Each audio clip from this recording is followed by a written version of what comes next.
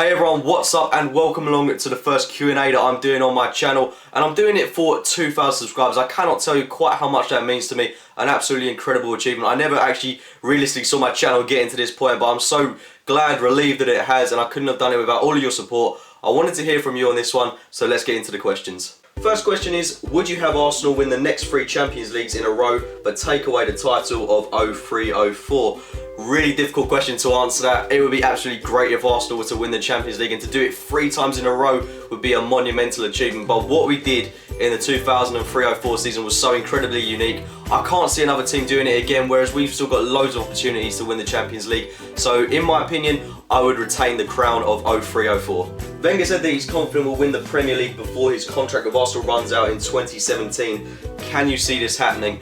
I think the league is so incredibly diverse at the moment. There's so much competition. I can't call it. I really can't, because there's so much competition. City are going to continue to invest. Chelsea will continue to invest. United are rumoured to spend about 200 million quid in the summer. Same goes for teams like Liverpool.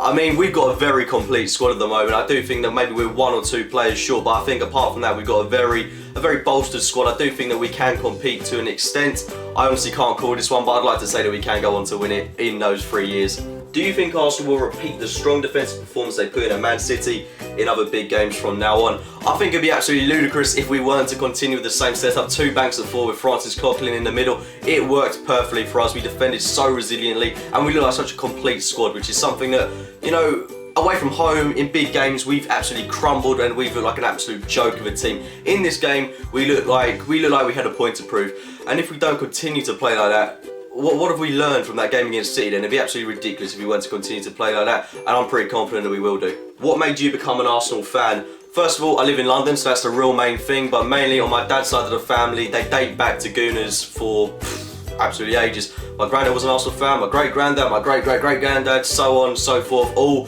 dating back from Dalston, which is pretty much about 10 minutes away from Highbury, so yeah, that's pretty much where that comes from.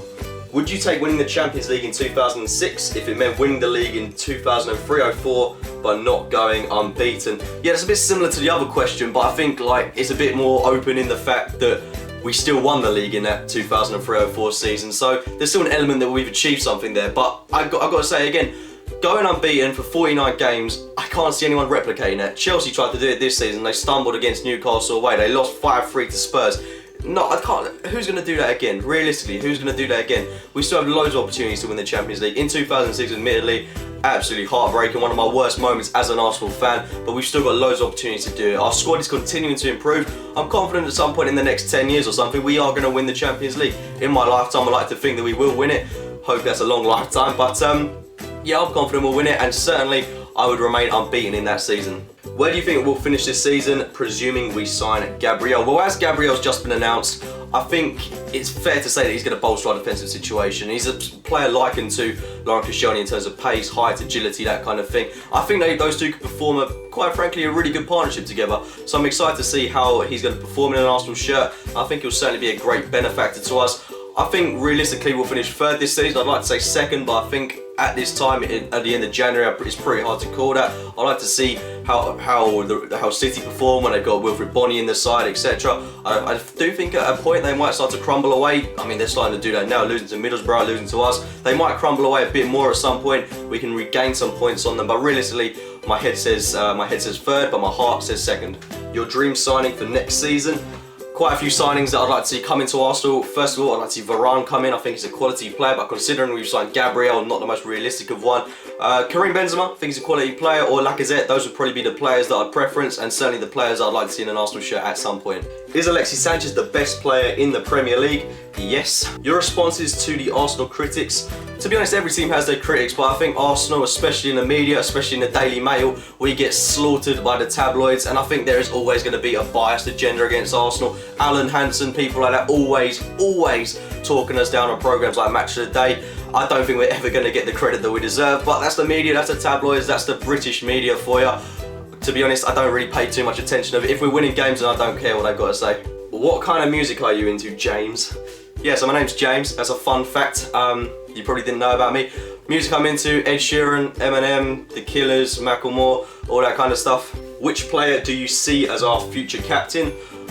About 2 years ago, without a doubt, said Jack Wilshere. I don't know, I think he's got to mature a bit. If I'm being honest, if I want to say hand on heart Jack Wilshere, he has to mature. He's still young, he's still got a lot to learn, but he does have to mature. That's a blatant fact right there. I would like to say Aaron Ramsey, but I do think he needs to be a little bit more vocal on the pitch. And a surprise contender that has come absolutely out of nowhere, Francis Coquelin. If you look at his leadership skills, he's got the qualities of a captain right there.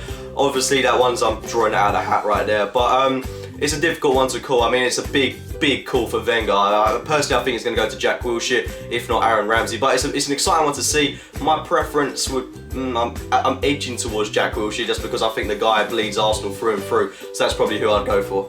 Should we look for a better centre-back to replace Mertesacker next season?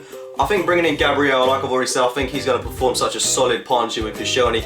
I mean, a back line of Bellerin, Gabriel, Koscielny and Gibbs is going to be so hard for any team to get by just on pace alone. So I don't think we need to look to bring in a replacement. I think Mertesacker is going to have his experience with us next season, still a World Cup winner, still can offer a lot to the team. I think he'll be a real squad filler, a shirt number to have, and it's exciting to have a back line with a lot of depth in it. Maybe if he is getting a bit past it, I mean, I still think he's doing all right this season. I do think there have been slightly patchier games that he's had, but I think considering when he's alongside Laurent Koscielny, he plays a lot better. But I think we've got to judge how Gabriel performs, how Mertesacker performs at the end of the season. But I think Gabriel is going to be the long-term solution for Mertesacker. Who would you pick to replace Venga? Honestly, although a lot of people are going to say Klopp, I think the guy's incredibly overrated. I would go for Diego Simeone. In the summer, who do you think we should go for? Honestly, I would like to see us go for Morgan Schneiderlin. I do think that's the one area of the pitch that we do really need to get a bit more of an established commanding presence in. Francis Coquelin doing an absolute class job there, but if we could go into the 2015-16 season with Coquelin, Schneiderlin and Mikel Arteta as an option in that area of the pitch, that'd be absolute quality for us, and he's the player that I'd like to see come in and wearing an Arsenal shirt. What motivated you to start YouTube, and what YouTubers do you watch now?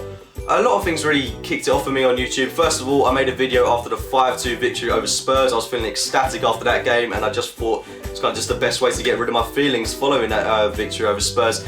As well as that, I did watch a lot of people like EPL Takeover at the time. I don't think he makes that many videos anymore, but he was someone I certainly kept up to date with regularly. Arsenal Fan TV, I watched their kind of stuff, and I wanted to get into that. I wanted to get into that line of work, really. Well, I don't know if you'd call it work as such, but business, I don't know. But I didn't really, I considered it as a hobby, I suppose, in a sense, for a number of months, certainly. But then I realised it could certainly be a benefactor to my future career path, so started taking it a lot more seriously now, really enjoying it. I wouldn't change it for the world. I know 2,000 subscribers isn't loads, but it's like more than I could ever have possibly imagined getting, so I'm really grateful for that. What YouTubers do I watch now? Arsenal Fan TV, obviously watch all of their stuff, but pretty much any other fan or supporter that does what I do, I'll watch them. So Talk As a Villa, like yourself, I'll watch your stuff. Talk Norwich City, I'll watch people like that. Son of Chelsea, that kind of stuff. Joel Neal, Zeka, any people that do like what I do, but for opposition clubs. Full Time Devils, I keep up with their stuff. I don't think it's like I'm sucking into their kind of clubs. I just like to see what they're doing. I like to get fresh ideas from what they do.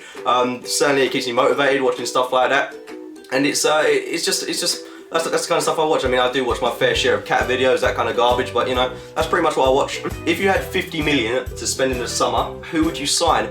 I would go for Morgan Schneiderlin and probably Lacazette. I don't really know how much it'd be worth in the market, but those are the two players I'd like to see Arsenal bring in. How often do you go to games? Practically at every single home one. That's probably why my reviews are out a lot later than standard YouTubers who don't get the opportunity to go to the games, but I go to practically every single game, which I thoroughly enjoy. Away ones, so incredibly difficult to get tickets for, which is so frustrating, but when an opportunity comes by to get an away ticket, I'll certainly snap it up. How did you get into Arsenal Fan TV?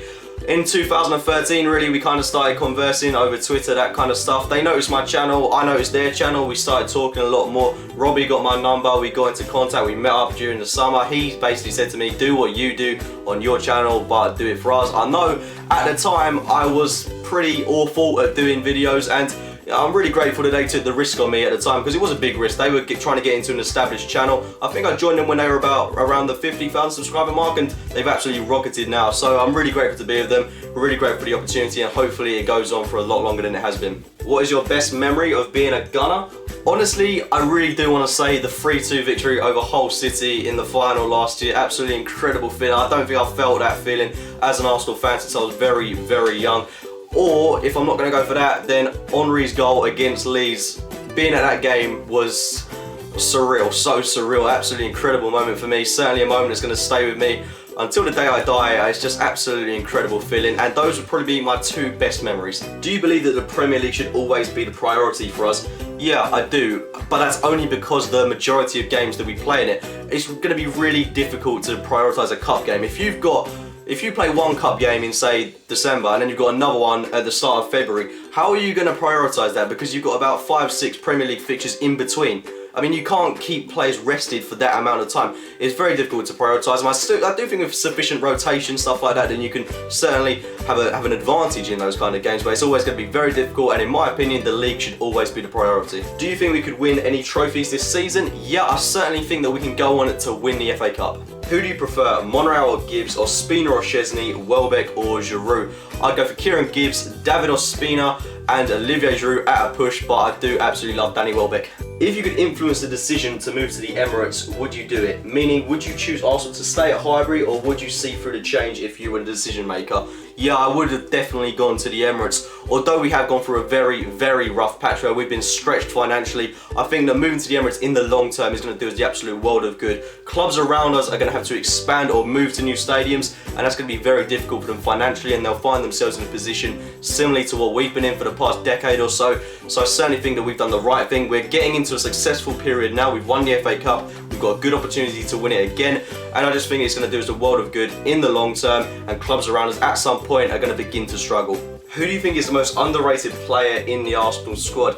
I think I would have said Kieran Gibbs, but he's become so underrated now by Arsenal fans. I think he's got to a point where he's actually quite highly rated. So personally, if it wasn't for Olivier Giroud, I would go for Thomas Rosicky. I think Giroud, just brushing on him quickly, I think he gets way too much stick than he deserves. He does an awful lot for the club. His hold-up play is excellent. Yeah, he does have the odd poor game, like against Stoke away, where he's absolutely horrific. That's the one area of his game where he certainly needs to improve. He needs to be more consistent. But he started scoring in big games now. He scored against Liverpool, he scored against City, and his work ethic is absolutely incredible. So I certainly think he's an underrated player at Arsenal. But personally, Thomas Rosicky is my preference. He is 34 years old and he plays like he's about 20. He is an incredibly talented footballer, and he has a lot to offer Arsenal this season. Who do you expect to step up from the under-21s in the next 1 to 2 seasons?